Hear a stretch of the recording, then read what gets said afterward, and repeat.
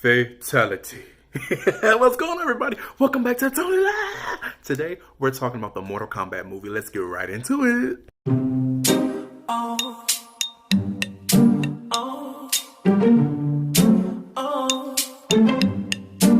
So as everybody knows, the Mortal Kombat reboot movie has come out this past weekend on HBO Max, or if you went to see it in theaters. So honestly, let me just start off from the get-go. It was good. It was a good movie. It was overall wasn't what I expected, but it wasn't what I didn't want. You know if that makes sense? Like, it wasn't trash, it wasn't garbage, but it wasn't like over the top, like but it was just enough. And that's actually what we needed, and that's what I actually enjoyed about the film. Now, the film didn't have every single Mortal Kombat character, but they had enough of good characters. Like, they had Liu Kang, they had Kung Lao, they had Sonya Blade, they had SubZero, they had Scorpion, they had Goro, they had Melina, they had, just to name a few. So it was some good characters. They had Kano. Kano was the best thing. When I tell you, Kano was the funniest thing in the film. Honestly, he drove the movie. He was the comedic relief, but also the fighting and the things that we know about Kano was in there as well. So that's what really made the movie really shine, I would say, honestly. Now, I'm just gonna go ahead and say it.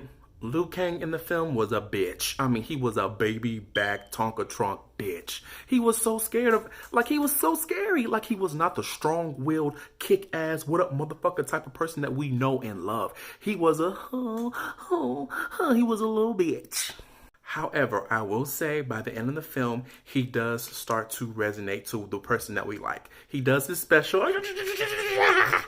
He does a special, the fireballs, everything. But building up to when he does this, it's like, wait, did I watch the same Mortal Kombat or play the same Mortal Kombat game that I'm watching right now? Because this Liu Kang, I don't know who the hell this is. But I feel like what they're going to do with the character, they're going to develop him into to be the big, bad Liu Kang that we know is that be backhanded and slapping the shit out of SubZero.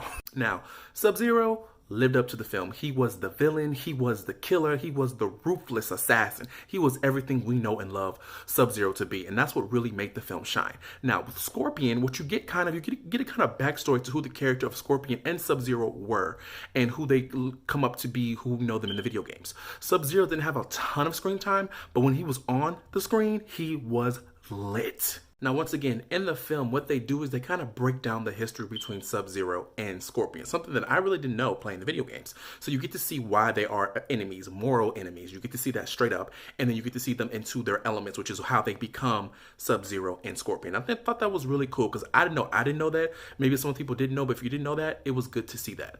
But when Scorpion finally does the "get over here," I was like, ah! It was so good. It was so good. And you actually see SubZero do some of the signature ice moves that you like to do in the video game, and he does it in the movies. It is so cool. Now, right now, I'm just going to show you just a few of my favorite moments of the movie. So right now is a little bit of spoiler alert. So if you don't want to spoil, I want you to go ahead and fast forward until you don't see the spoilers no more. This is on my tablet, y'all. He about to kill him. Yeet! I got that motherfucker. Who is it? Bam. Boop. This part was so lit. One of the best parts of the film. This part right here, y'all, this part is literally from the video games. That's Terra, I think.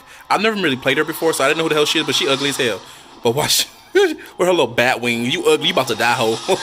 Watch her, she comes in, he's like, nope. He's like, come here, ho. And then he just does the signature move, do it. There it is, yeah! Split that hoe in half. And then, say it, watch this.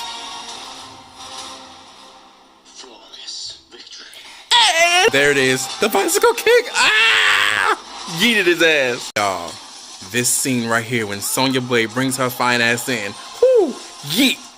Just wait for it. Just wait for it. Here it goes. Special. Bitch! And she did. That was just a few scenes from the film that really were lit for me, lit moments for me. But overall, the film is really good. There's a new character called Cole that might confuse a lot of people because they don't understand why he's in the film because he's like the lead character. But I kind of liked him once he went through with his story and when he came into his own and his power. So yeah, overall it was a really great movie. The fighting is fantastic. I think Sonya Blade is honestly the best casted character right next to Kano because they really complement each other and you really they honestly bring to life the true characters that we grew up with the games. Now, like I said before, Liu Kang kind of rubbed me wrong at first because he was like a little bitch, but he grew into it. And everybody else overall is pretty good. It's a pretty good film. It's a pretty good movie. I definitely recommend you watch it. Don't listen to the haters saying that it's a terrible movie, but it's not a terrible movie whatsoever. It's setting up for a 4-part movie. So it's setting up characters that are going to come. Like, we're going to get the Johnny Cage. We're going to get the Katana. We're going to get the other characters. And this film is basically a setup film. It's setting up the film for those characters, which I think in those next movies, it's going to be a bigger budget with bigger budgeted actors.